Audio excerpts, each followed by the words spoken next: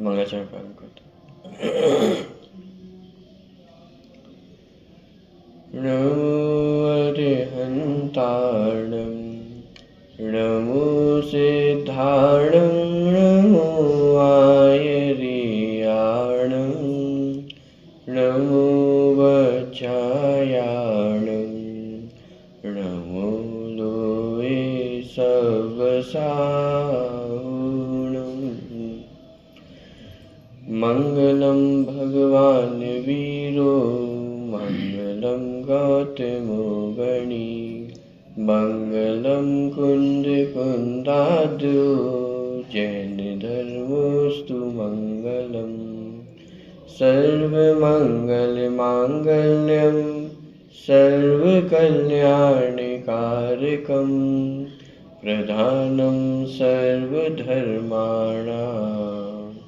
जैनं जयतु शासनम्। जीवमजीवमतपं जिणवरवसेन जेणनेतिष्ठं देवीन्द्रविन्दवन्दं वन्दे तं सर्वदा।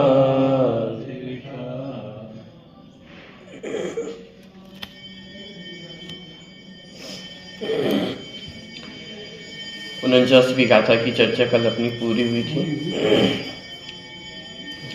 पदस्थ ध्यान के ध्येय स्वरूप जो ध्येय है, माने अलग अलग प्रकार के मंत्रों की चर्चा उसमें की गई थी। अलग अलग पदों की 35 अक्षर के मंत्र है, 16 अक्षर के हैं, 5 4 2 1 इस प्रकार से अलग अलग मंत्रों की चर्चा की। ये माने ध्यान ध्येय स्वरूप है। माने जो अपन ने 4 ध्यान पढ़े थे, पदस्थ, पिंडस्थ, रूपस्थ और रूपातीत, तो उनमें से एक जो ध्यान था सबसे पहला पदस्थ ध्यान। तो पदस्थ ध्यान के ध्येय स्वरूप ये मंत्र वाक्य है और इनके ध्यान करते हुए जीव शुद्धात्मा अपने स्वरूप में लीन होता है, इसलिए इन्हें ध्यान की संज्ञा दी गई है। आगे जो 3 शेष ध्यान है, कौन कौन से? पिंडस्थ, रूपस्थ और ध्यान तो नाम मतलब ध्यानों के नाम तो याद होने चाहिए। रूपातीत ध्यान पेज क्रमांक 232 पे है। 47 नंबर गाथा में अभ्यास करो। हाँ देखिए, पदस्थ ध्यान, पिंडस्थ ध्यान, रूपस्थ ध्यान और रूपातीत ध्यान। ये कम से कम नाम तो अपने को स्मरण में रहे कौन कौन से ध्यान है। तो एक ध्यान की चर्चा, उसके ध्येय स्वरूप जो वस्तु है उसकी चर्चा अपनी हो गई थी। 50वीं गाथा में बाकी जो 3 ध्यान है उसके ध्येय स्वरूप जो अनंत भगवान है उसकी चर्चा यहाँ 50वीं नंबर की गाथा में प्रारंभ करने वाले हैं। एक बार उत्थानिका पढ़ते हुए फिर अपन विषय में आगे बढ़ते हैं। पृष्ठ क्रमांक 236 पे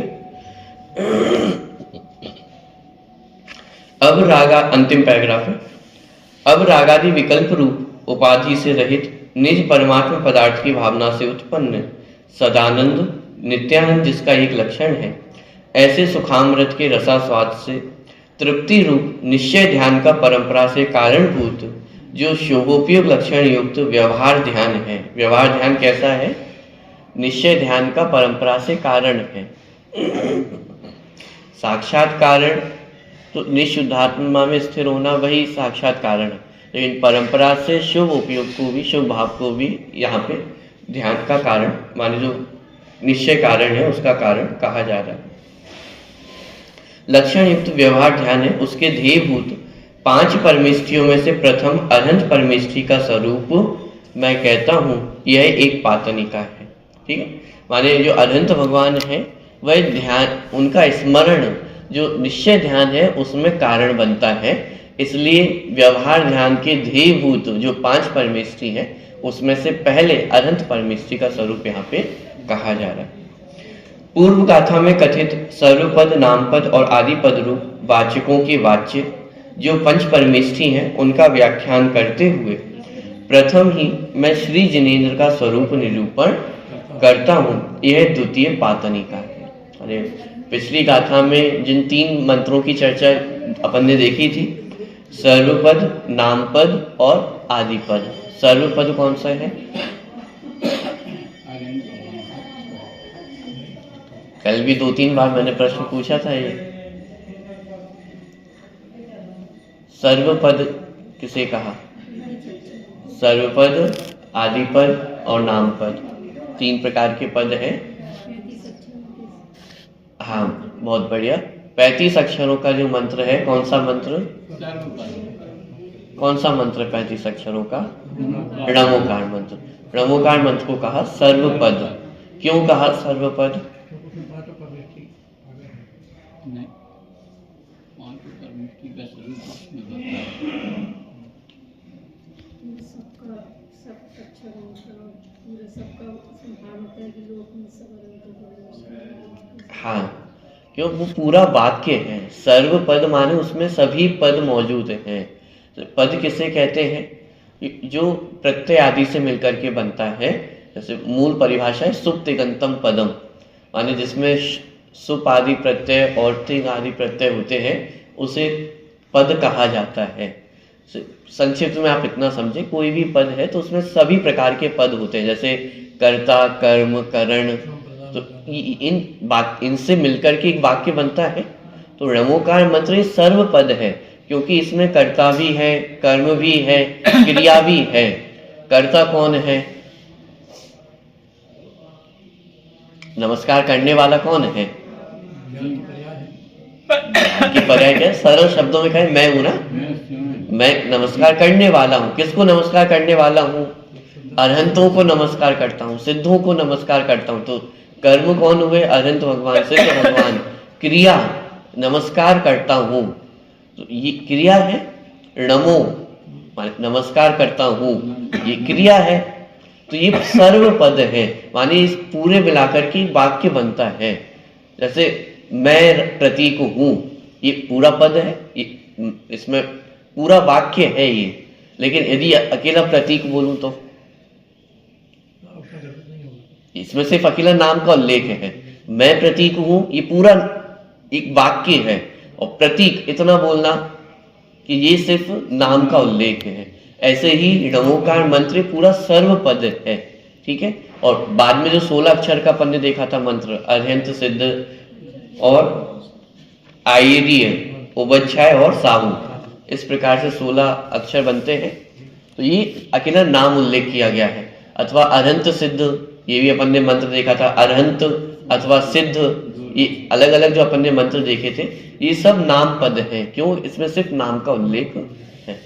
और तीसरा आदि पद, असी आउसा, अथवा एक अक्षर का आ अथवा ओम, ये सब आदि पद है, क्योंकि पहले अक्षर को मात्र इसमें लिया गया। तो पूर्व गाथा में कथित सर्वपद, नामपद और आदिपद रूप वाचकों के वाच्य जो पंच परमेष्ठी हैं, उनका व्याख्यान करते हुए प्रथम ही मैं श्री जैन का स्वरूप निरूपण करता हूँ। ठीक है। ये दूसरी पातनिका हुई। पातनिका माने उत्थानिका ही, एक प्रकार से अलग अलग प्रकार की उत्थानिका यहाँ पे बता रहे हैं। कहने का तात्पर्य सिर्फ इतना कि इतने समस्त विषयों को लेते हुए 50वें नंबर की गाथा आ रही है। अथवा पदस्थ, पिंडस्थ और रूपस्थ, इन 3 ध्यानों के धीभूत श्री अरहंत सर्वज्ञ का स्वरूप मैं दर्शाता हूँ। माने जो 3 ध्यान बचे हुए हैं शेष, उनके ध्येय स्वरूप जो अरहंत भगवान है, उनका स्वरूप यहाँ पे स्पष्ट किया जा रहा है। यह तीसरी पातनिका है। इन 3 पातनिकाओं को मन में धारण कर श्री नेमिचंद आचार्य देव अब आगे की गाथा प्रतिपादन करते हैं। 50वें नंबर की गाथा है, 237 नंबर का पेज है। गाथा का पाठ करते हैं। रट्ठ चदु भाई कम्मो, दंसण सुहराण वीर्य मयो, सुहदे अथो अपा, शुद्धो अरिहो विचिन्तिज्यो,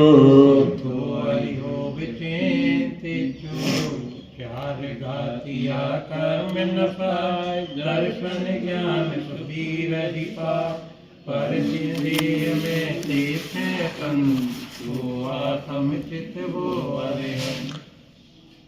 देखिए, अनंत भगवान का स्वरूप 4 घातीय कर्मों से रहित होते हैं, अनंत चतुश्रय से युक्त होते हैं। तो वही बात पहली नंबर की जो पंक्ति है उसमें कही, रठ चतु घाई कम्मो, रठ अर्थात नष्ट किए हैं।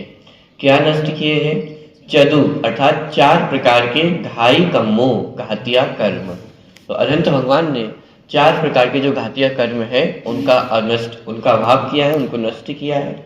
और दंसन सुह, दंसन माने दर्शन, सुह माने सुख, राण अर्थात ज्ञान और वीर्य माने वीर्य। तो अनंत दर्शन, अनंत ज्ञान, अनंत सुख और अनंत वीर्य मयो माने इन रूप है, माने दर्शनमय है, ज्ञानमय है, वीरमय है, सुखमय है। तो इस प्रकार जिन्होंने 4 घातीय कर्मों का नाश किया है और जो अनंत दर्शन, ज्ञान, सुख, वीरमय है, ऐसे सुदेहत्थु, वे अनंत भगवान कैसे हैं? शुभ देह में स्थित है। शुभ देह माने जो उनका शरीर है वह परम औदारिक शरीर कहलाता है। तो आगे टीका में उसका विस्तार करेंगे कि निश्चय से तो आत्म स्वरूप में ही स्थित है और व्यवहार नय से शरीर में स्थित कहे जाते हैं। तो इस प्रकार शुभ देहत्थु मानो तो शरीर भी जो है वह शुभ देह है। क्यों शुभ देह है? क्योंकि किसी भी प्रकार के विकार से रहित होता है, हिंसा से रहित होता है। तो इस प्रकार शुभ देहत्थु। और देह जैसा है तो महाराष्ट्र में उनको दत्तात्रेय कहते हैं। जिस साइड से देखो उस साइड से। मुसलमान उनको पैगंबर साहब कहते हैं और हिंदू उन्हें आदिश्वर कहते हैं। ब्रह्म को आदिश्वर कहते हैं। इसलिए चारों तरफ से स्फटिक तरह से जिधर से देखो उधर से दिखते हैं। तो सुदेहत्थु शुभ देह में स्थित है, माने सुदेहत्थु अप्पा माने जो आत्मा है वह शुभ देह में स्थित है। और कैसे है अनंत भगवान? शुद्धो कि अनंत भगवान शुद्ध है। क्यों शुद्ध है? उसका कारण बताया जाएगा कि 18 दोषों से रहित होते हैं, इसलिए वे कैसे हैं? शुद्ध हैं। तो ऐसे अनंत भगवान विचिंतिज्यो कि उनका विचार करना चाहिए अथवा उनका चिंतन करना चाहिए। ठीक, देखिए गाथा का अर्थ पढ़ते हैं। जिन्होंने 4 घातीय कर्म नष्ट किए हैं, जो अनंत दर्शन, अनंत ज्ञान, सुख और वीरमय है, जो उत्तम देह में विराजमान है और जो शुद्ध अर्थात 18 दोष रहित हैं, ऐसे आत्मा अरहंत है, उनका ध्यान करने योग्य है। ठीक, चलिए टीका प्रारंभ करते हैं। निश्चय रत्नत्रयात्मक शुद्ध उपयोगी ध्यान द्वारा पहले घाती कर्मों में मुख्य मोहिनी का नाश कर तदनंतर ज्ञानावरण, दर्शनावरण और अंतराय इन 3 कर्मों का एक साथ नाश कर जो 4 घाती कर्मों के नष्ट करने वाले हुए हैं। क्या किया? सबसे पहले 4 घातीय कर्मों का अभाव किया। कौन कौन से 4 घातीय कर्म? ज्ञानावरण, दर्शनावरण, मोहिनी और अंतराय। कैसे नष्ट किए हैं? कि शुद्धोपयोगी ध्यान द्वारा, माने ध्यान के द्वारा ही अनंत भगवान ने इन कर्मों को नष्ट किया है और उसी ध्यान को करने की प्रेरणा हमें दी जा रही है। ठीक, सबसे पहले मोहिनी जाता है। हाँ, तो निश्चय रत्नत्रयात्मक शुद्धोपयोगी ध्यान द्वारा पहले घाती कर्मों में मुख्य, माने 4 घातीय कर्मों में भी यदि कोई मुख्य कर्म है तो वो कौन सा है? मोहिनी कर्म है। क्योंकि वास्तव में हमारे जो सुख का घातक है वो मोहिनी कर्म है, ज्ञानावरण कर्म है। ज्ञानावरण कर्म मूल रूप से हमारे सुख का बाधक नहीं, कम जानना अधिक जानना ये सुख का कारण नहीं। ऐसे ही दर्शनावरण अथवा अंतराय, तो वास्तव में जो हमारे सुख का घातक कर्म है वह कौन सा है? मोहिनी कर्म। तो पहले घाती कर्मों में मुख्य मोहिनी का नाश कर। तो मोहिनी कर्म का नाश कहाँ पे हो जाता है? यहाँ पे लिखा ना, पहले मोहिनी का नाश कर फिर तदंतर ज्ञानावरण आदि कर्मों, 3 कर्मों का नाश करते हैं। दर्शन मोहिनी जाएगा चौथे में, और 10वें में जाएगा 40 में। बहुत बढ़िया। माने जो दर्शन मोहिनी का भाव है वह चौथे, 5वें अथवा 7वें किसी भी गुण स्थान में पूर्ण रूप से हो सकता है। छायिक सम्यक दर्शन की प्राप्ति जो है, तो माने दर्शन मोहिनी का अभाव चौथे, 5वें अथवा 7वें गुण स्थान में हो जाएगा और फिर 10वें गुण स्थान के अंतिम समय में अथवा ऐसा भी कहें 12वें गुण स्थान के पहले समय में, माने एक ही काल है। तो यहाँ पे चारित मोहिनी का भी पूर्ण रूप से अभाव हो गया, तो संपूर्ण मोहिनी कर्म का अभाव वो 12वें गुण स्थान में हो जाता है। 10वें गुण स्थान का अंतिम समय का है अथवा 12वें गुण स्थान का है, एक ही बात है। तो 12वें गुण स्थान में माने मोहिनी कर्म का संपूर्ण रूप से अभाव हो।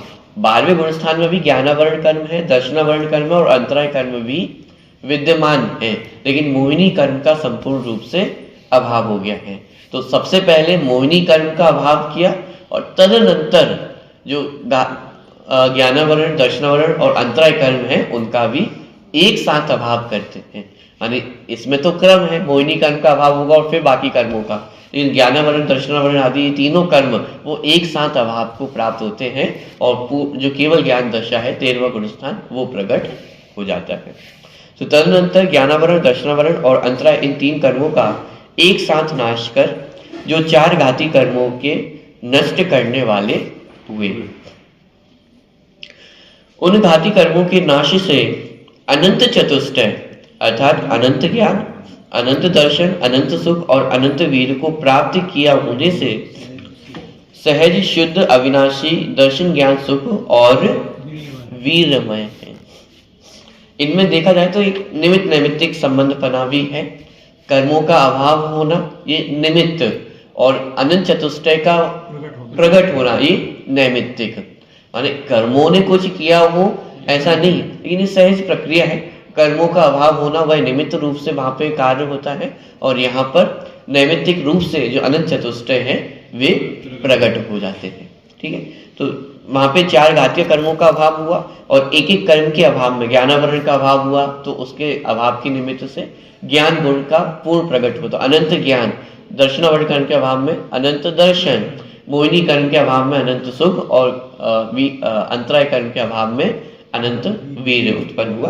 तो इस प्रकार वहां 4 घातीय कर्मों का अभाव हुआ और यहाँ पर अनंत चतुष्टय की प्राप्ति हुई। तो ये निमित्त नैमित्तिक संबंध हुआ। वास्तव में तो जीव अपनी उपादानगत योग्यता से ही इन अनंत चतुष्टय को प्राप्त होता है। क्यों? क्योंकि यदि स्वयं की उपादानगत योग्यता ना हो तो कर्मों के अभाव होने से भी इन चतुष्टय की प्राप्ति नहीं होगी। जैसे पुद्गल द्रव्य है, तो पुद्गल द्रव्य तो 8 कर्मों के बंधन से रहित है, लेकिन उसको अनंत चतुष्टय प्रकट है क्या? कि नहीं। क्यों? क्योंकि उसकी स्वयं की योग्यता नहीं है। तो जीव में स्वयं की योग्यता है, उपादानगत योग्यता है और उसी से वह अनंत चतुष्टय रूप से परिणमित होता है। और जब अनंत चतुष्टय रूप से परिणमित होता है तो वहां पर 4 घातीय कर्मों का अभाव होता ही होता है, तो उसे निमित्त रूप से वहां पे कहा जाता है। तो इस प्रकार 4 घातीय कर्मों से रहित हैं और अनंत चतुष्टय से युक्त हैं। और कैसे हैं अनंत भगवान? निश्चय से शरीर रहित हैं तो भी व्यवहार नय से 7 धातुओं से रहित, हजारों सूर्य समान दैदीप्यमान ऐसे परम औदारिक शरीर युक्त होने से शुभ देह में विराजमान है। जो शुभ देहत्व मूल शब्द आया था, शुभ देहत्व कि अनंत भगवान कैसे हैं? शुभ देह में स्थित हैं।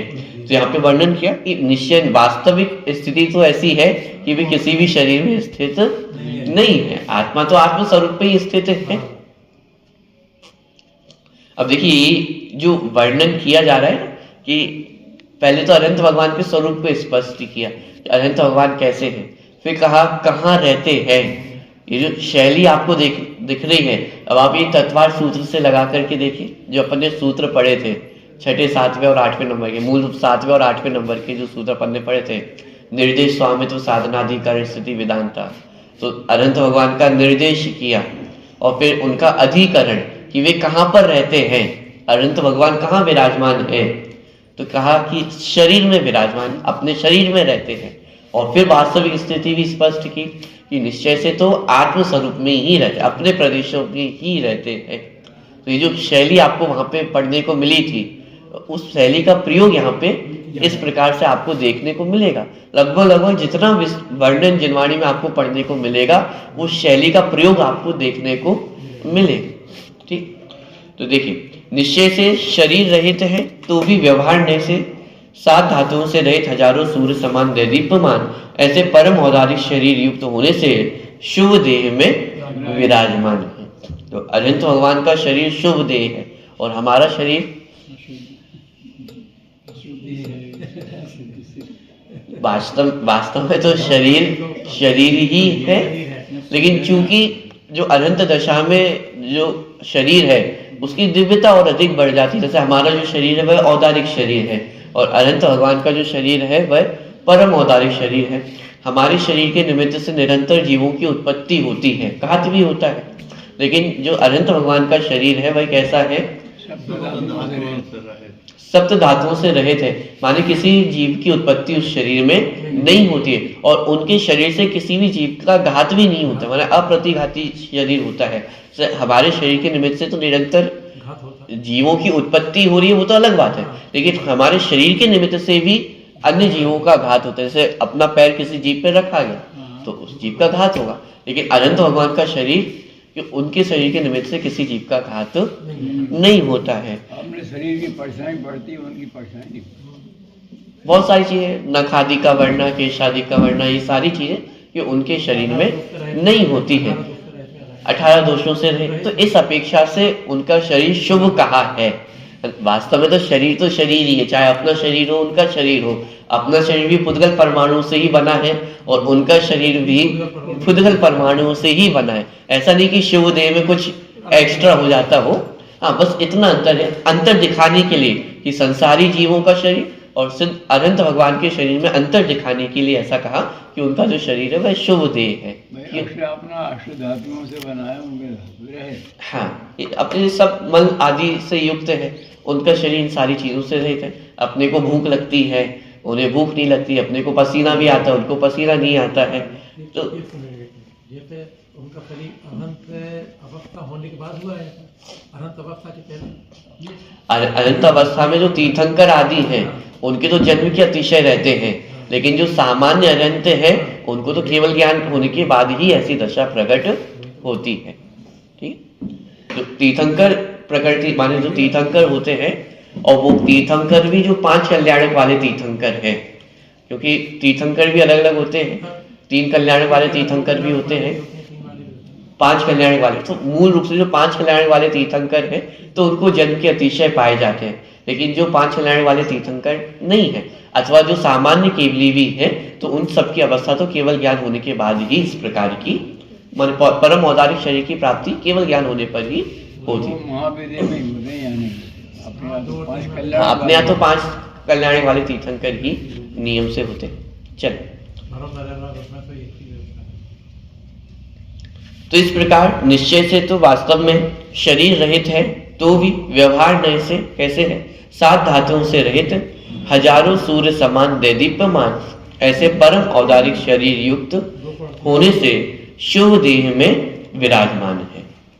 और कैसे है? शुद्ध हो अर्थात शुद्ध है। तो यहाँ पे गाथा दी गई है, आप्त स्वरूप गाथा, यानी ये ग्रंथ का नाम है श्री आप्त स्वरूप, तो उसमें से ये गाथा प्रस्तुत की गई है। तो 18 दोषों से रहित पद जो होता है उसको यहाँ पे बताया है गाथा में। हिंदी अर्थ में पढ़ रहा हूं।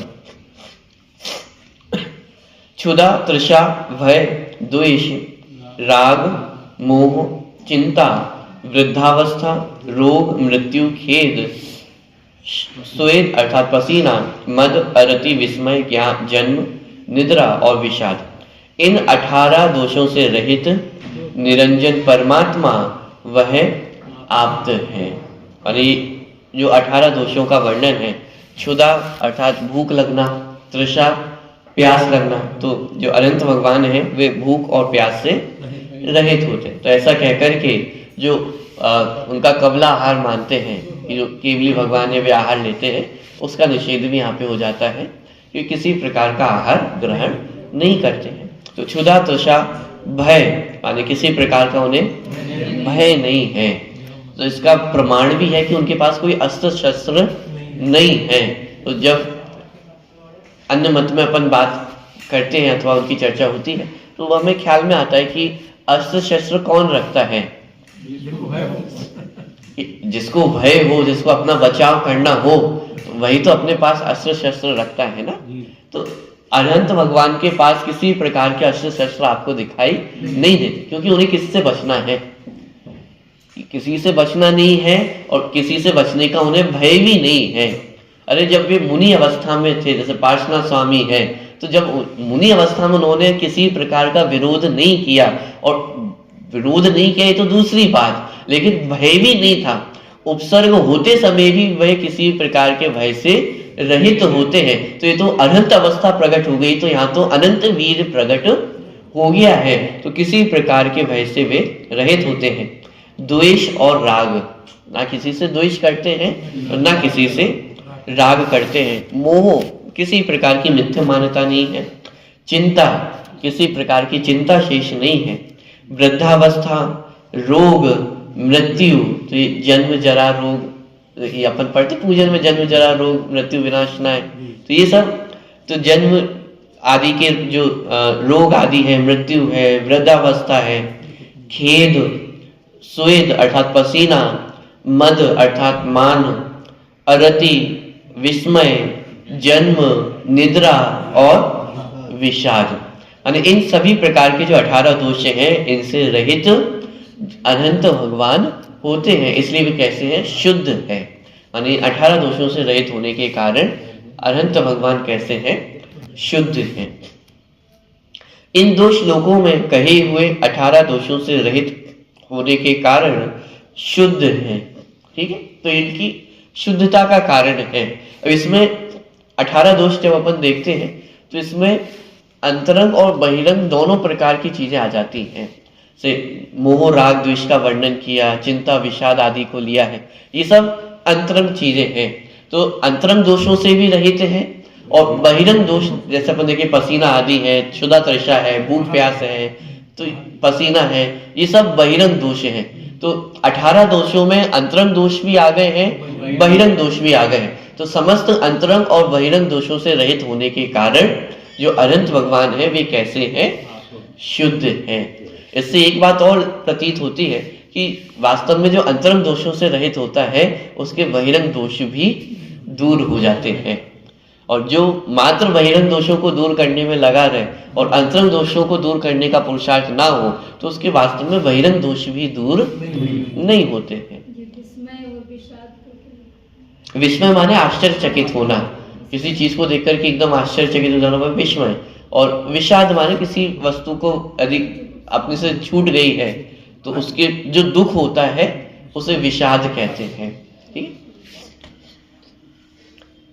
इसमें जैसे दो शब्द है, एक खेद भी लिया गया है और विषाद भी लिया गया है, इससे एक इंटेंसिटी का अंतर हो सकता है, माने खेद में और विषाद में दुख की और अधिक तीव्रता होना, तो एक को खेद कहा, एक को विषाद कहा, है सब दुख रूपी ही है, माने वियोग रूप अवस्थाएं हैं।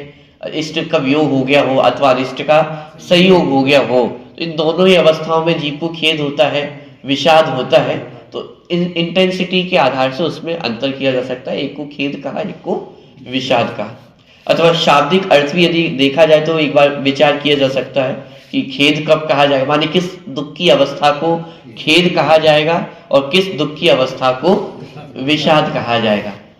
जैसे क्रोध के संबंध में होता है कि क्रोध बहुत तरह का होता है, वैर को भी क्रोध कहा, झल्लाहट को भी क्रोध कहा जा सकता है, माने वो सब क्रोध की रूप होते हैं, तो किस रूप को क्या नाम देना, तो ऐसे ही किस दुख को खेद कहना और किसको विषाद कहना एक शाब्दिक परिभाषा के अर्थ भी उसमें भी देखा जा सकता है।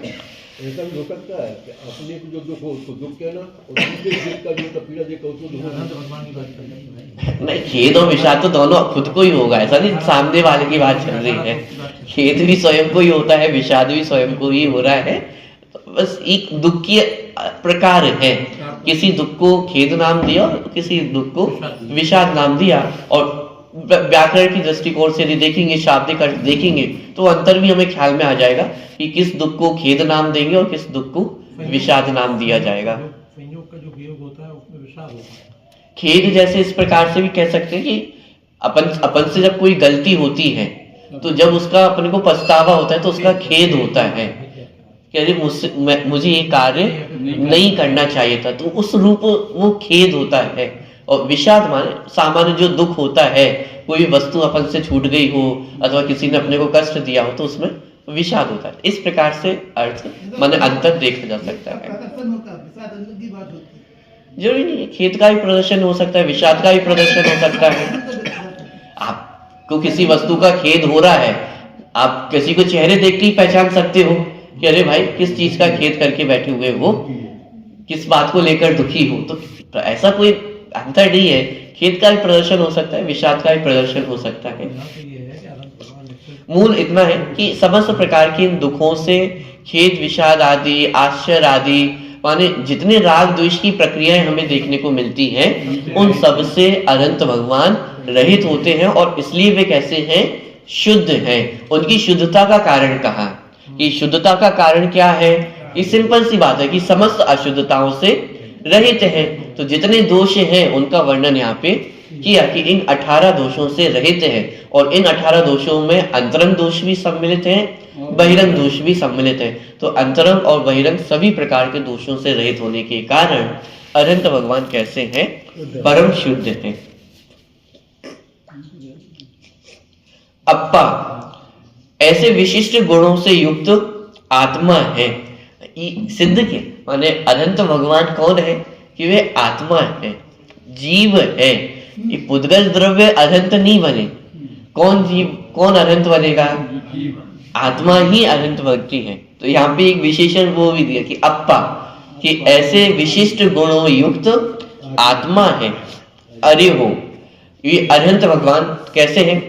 अरि शब्द से वाच्य मोहिनी कर्म का, रज शब्द से वाच्य ज्ञानावरण और दर्शनावरण इन दो कर्मों का, और रहस्य शब्द से वाच्य अंतराय कर्म का। चारों कर्मों की बात होगी। हरिगो मतलब मोहिनी है, ज्ञानानंद। देखिए, तो रहस्य शब्द से वाच्य अंतराय कर्म का, इस प्रकार चारों कर्मों का नाश करने के कारण इंद्र आदि द्वारा रचित गर्भावतार, जन्माभिषेक, तप, केवल ज्ञान की उत्पत्ति और निर्वाण नामक 5 महाकल्याणक रूप पूजा की योग्य है। इस कारण अनंत कहलाते हैं। यह अनंत शब्द का अर्थ किया जा रहा है। ये 3 जो विशेषण अभी अपन ने पढ़े हैं, अरिहो, रज और रहस्य, पंक्तियां याद आ रही हैं आपको? अरि रज रहस्य विहीन पंक्तियां अपन पढ़ते हैं। तो वहां इन पंक्तियों का अर्थ क्या? अरि माने मोहिनी कर्म, रज माने ज्ञानावरण और दर्शनावरण कर्म, और रहस्य माने अंतराय कर्म। तो ये चारों घातीय कर्मों की बात है। अरि रज रहस्य विहीन माने चारों घातीय कर्मों से रहित होते हैं। तो अरि का अर्थ किया मोहिनी कर्म, क्योंकि वास्तव में जो हमारा शत्रु है वो कौन है? एक मोहिनी कर्म ही है। और बाकी के जो कर्म है वो तो धूल के समान है। जिसका रज, ज्ञानावरण, दर्शनावरण आदि है, ये तो धूल के समान है। वास्तव में यदि कोई शत्रु है तो वो मोहिनी कर्म है। मोहिनी कर्म में भी जो दर्शन मोहिनी है, मिथ्यात्व है, वो हमारा शत्रु है।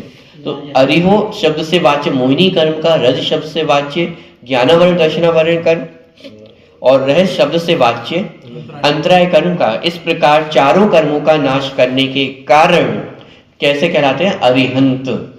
अरिहंत, जिन्होंने शत्रुओं का नाश कर दिया है, तो अरिहंत। इस प्रकार चारों कर्मों का नाश करने के कारण, और दूसरा कारण माने अरहंत शब्द भी 2 प्रकार के आपको पढ़ने को मिलेंगे, एक अरिहंत और एक अरहंत। अंतर समझ में आ रहा है? अरिहंत और अरहंत, एक में छोटी की मात्रा है, दूसरे में मात्रा नहीं है। और भी पढ़ने को मिलते हैं, एक अरुहंत भी पढ़ने में आता है। लेकिन एक मूल जो 2 बहुत प्रमुखता से चलते हैं, अरहंत और अरिहंत। तो जब अरिहंत अर्थ किया जाता है तो शत्रुओं के नाश के अर्थ में, कि मोहिनी आदि जो कर्म शत्रु है उनका नाश कर दिया है, इसलिए वे कैसे हैं? अरिहंत हैं। अब दूसरा अर्थ अरहंत क्यों कहा जाता है? इंद्र आदि द्वारा रचित गर्भावतार, माने जो गर्भ के समय की अवस्था, तो तीर्थंकर है, 5 कल्याणक वाले तीर्थंकर है, तो उनकी अपेक्षा जो गर्भ के समय जो पूरी व्यवस्था की जाती है, जन्म के समय जो व्यवस्थाएं की जाती है, उन सबको यहाँ पे लिया। तो गर्भावतार, जन्माभिषेक, तप, केवल ज्ञान की उत्पत्ति और निर्वाण नामक 5 महाकल्याणक रूप पूजा की योग्य है। इस कारण अरहन कहलाते हैं। अरहन का अर्थ होता है पूजा के योग्य होना। तो जो अनंत भगवान है वे कैसे है? पूजनीय है, पूजन के योग्य है। इंद्र भी जिनकी पूजा करते हैं शत इंद्रों से पूजनीय है। तो ऐसे जो अरिहंत भगवान है कि वे अरहंत कहलाते हैं। ठीक है, तो अरिहंत और अरहन दोनों का कारण यहाँ पे स्पष्ट किया। अरिहंत क्योंकि कर्म रूपी शत्रुओं का नाश किया है इसलिए अरिहंत। अरहन क्यों? क्योंकि सत इंद्रों से पूज्य है, पूजनीय है, इसलिए भी कैसे है? अरहन है। तो हे भव्यो, तुम उपरोक्त विशेषणों से विशिष्ट आप्त कथित आगम आदि ग्रंथों में कहे हुए वीतराग, सर्वज्ञ आदि 1008 नाम वाले अरहंत जिन भट्टारक का पदस्थ पिंडस्थ रूपस्थ ध्यान में स्थित होकर विशेष रूप से चिंतन करो, ध्यान करो। क्या करो? ये प्रेरणा दी जा रही है। एक प्रकार से आचार्य हमें उपदेश दे रहे हैं कि किसका ध्यान करो। कि अनादिकाल से आज तक जो पंचेंद्रिय के विषयों में उलझे हुए हो उन्हीं का ध्यान करते हो कि वो ध्यान छोड़ करके किसका ध्यान करने योग्य है? ये अरहंत भगवान का ध्यान करने योग्य है। और अरहंत भगवान का ध्यान करना मतलब क्या? कि उनके गुणों का चिंतन करना। क्योंकि प्रक्रिया उन्होंने बताई ना अरहंत भगवान का ध्यान किस प्रकार से करना। तो एक तो पदस्थ ध्यान कहा था कि शब्द के माध्यम से, मंत्र के माध्यम से उनके गुणों का विचार करना। दूसरा एक पिंडस्थ रूपस्थ आदि के माध्यम से ये उनके गुणों का विचार करना। ये अनंत भगवान का ध्यान करना माने कि वे अनंत भगवान 4 घातीय कर्मों से रहित हैं, अनंत चतुश्रय से युक्त हैं, 18 दोषों से रहित हैं, शुद्ध हैं। तो इस प्रकार उनके स्वरूप का विचार करना और उनके स्वरूप का विचार करके वैसा ही मैं हूं जो जानदी अरहंतम दव्वत गुणत पज्जयते सो जानदी अपाणम मोहो खलु जादी तस्य लयम। ये अनंत भगवान का ध्यान है। मात्र अनंत अनंत बोलना इसका नाम ध्यान नहीं है, पहले स्पष्ट करके आ चुके हैं।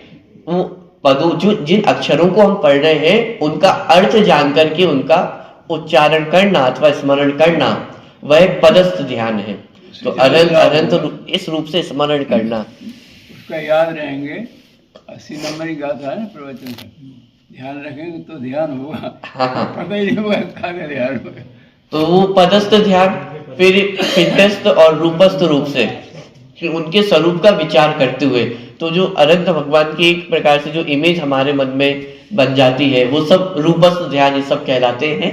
तो उसमें भी उनके स्वरूप का ही विचार किया जा रहा है और उनके स्वरूप का विचार करते हुए अपने स्वरूप का विचार होना, तो तब जाकर के ध्यान की प्रक्रिया पूरी होती है। ठीक, तो हे भव्यों, तुम उपरोक्त विशेषणों से विशिष्ट आप कथित आगम आदि ग्रंथों में कहे हुए एक विशेषता है। माने ये जो अनंत भगवान का स्वरूप कहा जा रहा है ये आगम कथित स्वरूप कहा जा रहा है। माने जैसा जैन भगवान द्वारा कथित आगम है और आगम में जैसा अनंत भगवान का स्वरूप आया है वैसा यहाँ पे स्पष्ट किया जा रहा है। कल्पना से नहीं कह रहे। हाँ, अब थोड़ा सा जो आगे का पैराग्राफ है उसमें एंगल बदलेगा। क्यों? क्योंकि मैं आपको आगम प्रमाण प्रस्तुत करूं तो आप तो वो बात स्वीकार कर लेंगे। जैसे मैं कोई आपको समय सारजी का उदाहरण प्रस्तुत करूं तो आपको वो तुरंत एक्सेप्ट हो जाएगा। सठखंडागम ग्रंथ का कोई उदाहरण प्रस्तुत करूं वो आपको एक्सेप्ट हो जाएगा। लेकिन अन्य मत को यदि आप समय सारजी का उदाहरण दोगे तो उससे क्या मतलब? भाई आपके ग्रंथों में लिखा है इसलिए बात सही हो जाएगी, ऐसा तो नहीं चलेगा। सामने वाला अपने ग्रंथ प्रस्तुत कर देगा कि हमारे ग्रंथ में ऐसा लिखा है। तो अभी एंगल बदलेगा। ये न्याय की शैली, हम जो आगे के पैराग्राफ है उसमें न्याय की शैली से अनंत भगवान की सिद्धि की जाएगी। पहले तो हम और आपके लिए सिद्धि कर दी है कि भाई आगम कथित जो स्वरूप है वो इस प्रकार का अनंत भगवान का होता है और ऐसे अनंत भगवान का आप चिंतन करो, उनका ध्यान करो। लेकिन अन्य मत की सिद्धि के लिए भी कि अन्य मत के लोग यदि निषेध करें कि हम अनंत भगवान को नहीं मानते हैं और आप ऐसा कहो कि नहीं हमारी जिनवाणी में लिखा है कि अनंत भगवान ऐसे होते हैं, तो वहां ये युक्ति काम नहीं करेगी। आगम प्रमाण वहां पे काम नहीं करेंगे। वहां पे आपको तर्क युक्ति से सिद्ध करना होगा कि अनंत भगवान होते हैं, वे सर्वज्ञ होते हैं। तो वो पूरी प्रामाणिकता आगे के पैराग्राफ में की जाएगी। इसलिए यहाँ पे लिखा दिगंबर ही बहुत से कहते हैं, शास्त्रों में तो लिख ही देखिए, तो यहाँ पे इसलिए लिखा आप कथित आगम आदि ग्रंथों में कहे हुए वीतराग सर्वग आदि 1008 नाम वाले अनंत जिन भट्टारक का पदस्थ पिंडस्थ रूपस्थ ध्यान में स्थित होकर विशेष रूप से चिंतन करो, ध्यान करो। ठीक है, तो ये ध्यान की प्रेरणा भी यहाँ पे आचार्य दे रहे हैं कि ध्यान करने योग्य है, अन्य और कोई कार्य करने योग्य नहीं। अब यहाँ पे जो भट्ट और चार्वाक मत है वह एक प्रश्न खड़ा कर रहे हैं कि आप कैसे कह सकते हो कि सर्वज्ञ होते हैं? क्यों? क्योंकि वो दिखाई नहीं देते, जो दिखाई ना दे वो होता कैसे, आप कैसे कह सकते हो? इस प्रकार के तर्क यहाँ पे प्रस्तुत किए जा रहे हैं। मैं से पूर्व पक्ष पढ़ रहा हूँ, उत्तर पक्ष अपन कल देखेंगे। उत्तर पक्ष माने ये न्याय की भाषा है, पूर्व पक्ष और उत्तर पक्ष। पूर्व पक्ष किसे कहते हैं? कंपैरिजन करके देखा कि जो प्रतिपादी है, वो जो प्रश्न खड़ा करते हैं अथवा हमारी बातों का निषेध करते हैं, तो उससे कहा जाता है पूर्व पक्ष। माने प्रतिवादी का क्या कहना है, जैसे कोई अन्य मत आकर के यहाँ पे बैठे, वो आपके सामने जो जो प्रश्न खड़ा करेगा वो सब कहलाते हैं पूर्व पक्ष। और फिर उत्तर पक्ष माने कि हम जो उसका उत्तर देते हैं अथवा जो उन बातों का निषेध करते हैं, जो समाधान देते हैं, वही कहलाता है उत्तर पक्ष। देखिए, यहाँ भट्ट और चार्वाक मत का आश्रय लेकर शिष्य पूर्व पक्ष करता है। पूर्व पक्ष करता है माने अनंत भगवान के अस्तित्व में प्रश्न खड़े करता है। क्या सर्वज्ञ नहीं है? क्यों नहीं है? क्योंकि उसकी अनुपलब्धि अर्थात अप्राप्ति है, अर्थात जानने में नहीं आता है, गधे के सींग की भांति। तर्क भी दिया और उस तर्क को दृढ़ करने के लिए उदाहरण दिया। क्या बात सिद्ध की जा रही है कि सर्वज्ञ भगवान नहीं होते हैं? क्या तर्क दिया कि उनकी अनुपलब्धि पाई जाती है, सामने नहीं, दिखाई नहीं देते। यदि होते तो आप बताओ, दिखाओ कहाँ है? आप भी प्रमाण मांगते हो ना। कोई कहे कि मेरे पास ये वस्तु है, तो आप सबसे पहले क्या बोलते हो? है तो दिखाओ कहाँ है। और नहीं दिखाते तो हम कैसे मान ले हैं? तो वही बात यहाँ पे शिष्य कह रहा है कि सर्वज्ञ नहीं है। क्यों नहीं है?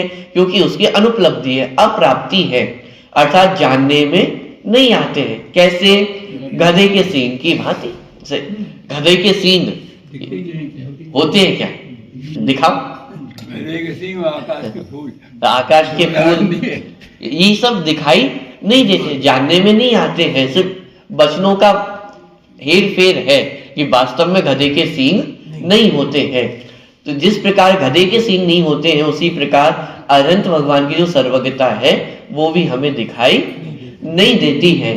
तो इसीलिए ये सिद्ध हुआ कि इस जगत में अनंत भगवान अथवा उनकी जो सर्वज्ञता है वो नहीं होती है। जब न्याय की शैली अपन देखेंगे तो अनंतों की सिद्धि करने के लिए सर्वज्ञता की सिद्धि की गई है। सर्वत्र से सर्वज्ञ सिद्धि ये कहा गया है। क्यों? क्योंकि अनंत भगवान के गुण क्या है? वीतरागता और सर्वज्ञता, ये अनंत भगवान के गुण है। तो यदि अनंत भगवान को हमें सिद्ध करना है तो क्या सिद्ध करना होगा? पहले सर्वज्ञता और वीतरागता को सिद्ध करना होगा। माने सर्वज्ञता की सिद्धि होगी तो अनंत भगवान की सिद्धि हो जाएगी, सर्वज्ञता की सिद्धि नहीं होगी तो अनंत भगवान की सिद्धि भी नहीं होगी। तो अनंत भगवान की सिद्धि करने के लिए सर्वत्र सर्वज्ञ सिद्धि की जाती है। माने सर्वज्ञता होती है, इस बात को सिद्ध किया जाता है, और फिर वह सर्वज्ञता अनंत के ही संभव है, इस बात को सिद्ध किया जाता है। और इस प्रकार मिलाकर के वो सर्वज्ञ सिद्धि माने अनंत भगवान की सिद्धि होती। तो यहाँ पे भी सर्वज्ञ सिद्धि ही की जाएगी, माने इस जगत में सर्वज्ञता होती है, इस बात को यहाँ पे सिद्ध किया जा रहा है। प्रश्न भी सर्वज्ञता की तरफ से ही खड़ा किया गया है। सर्वज्ञ नहीं है क्योंकि उनकी अनुपलब्धि दिखाई देती है। अब उसका समाधान भी बहुत सुंदर है। सामान्य उदाहरण माने जो उत्तर आने वाला है वो इस प्रकार का है कि प्रति प्रश्न करेंगे। आप कहते हो कि सर्वज्ञ नहीं है, तो उससे प्रश्न किया जाएगा यहाँ नहीं है कि कहीं भी नहीं है, और अभी नहीं है, कभी भी नहीं है। यदि आप ये कहते हो कि यहाँ नहीं है और अभी नहीं है, तो इस बात से ये तो सिद्ध नहीं हुआ कि कहीं भी नहीं है। भाई आपके विदिशा नगर में कुछ नहीं है तो इसका मतलब ये थोड़ी ना है कि पूरी दुनिया में कहीं नहीं हो। पॉइंट पकड़ में आया? आपके घर में कोई वस्तु नहीं है तो इसका मतलब ये थोड़ी कि पूरी दुनिया में कहीं नहीं हो। और यदि आप ये कहते हो कि पूरी दुनिया में नहीं है और तीनों कालों में नहीं है तो फिर तो आप ही सर्वज्ञ हो गए। ये तो तर्क भी है। प्रयोजन तो सर्वज्ञता को सिद्ध करने का है ना। तो यदि आप ये कहते हो कि यहां नहीं है और अभी नहीं है तो इसका मतलब कहीं ना कहीं तो हो सकता है ना। और यहां नहीं, इसका मतलब ये तो नहीं कहीं भी नहीं। और यदि आप ये कहते हो कि कहीं भी नहीं है तो फिर इसका मतलब तो आप ही सिद्ध हो। क्योंकि हमारी सर्वज्ञता की परिभाषा तो यही है कि जो तीन लोक और तीन काल को जानता हो वह सर्वज्ञ है। और यदि आप ये कहते हो कि सर्वज्ञ पूरी दुनिया में नहीं है, माने तीनों लोकों में सर्वज्ञ नहीं है और तीनों कालों में सर्वज्ञ नहीं है, इसका मतलब हमारे लिए तो कौन हो? आप ही सर्वज्ञ हो गए। सर्वज्ञता की सिद्धि तो हो गई ना। तो इस प्रकार के तर्क के आधार से यहाँ पे सिद्ध किया जाएगा। और इतना ही नहीं, जितनी बातें उसने प्रस्तुत किया ना, तर्क दिया, अनुपलब्धि जो तर्क दिया था उसका निषेध करेंगे। फिर जो उदाहरण दिया था गधे के सींग की भांति, उसको उस उदाहरण का भी निषेध करेंगे, माने उसको भी गलत सिद्ध करेंगे। माने एक एक चीज, माने न्याय की शैली में इतनी सूक्ष्मता से विचार किया जाता है, एक एक बात का निषेध किया जाता है, पॉइंट टू पॉइंट निषेध किया जाता है। वो पूरी चर्चा आपको यहाँ पे देखने को मिलेगी।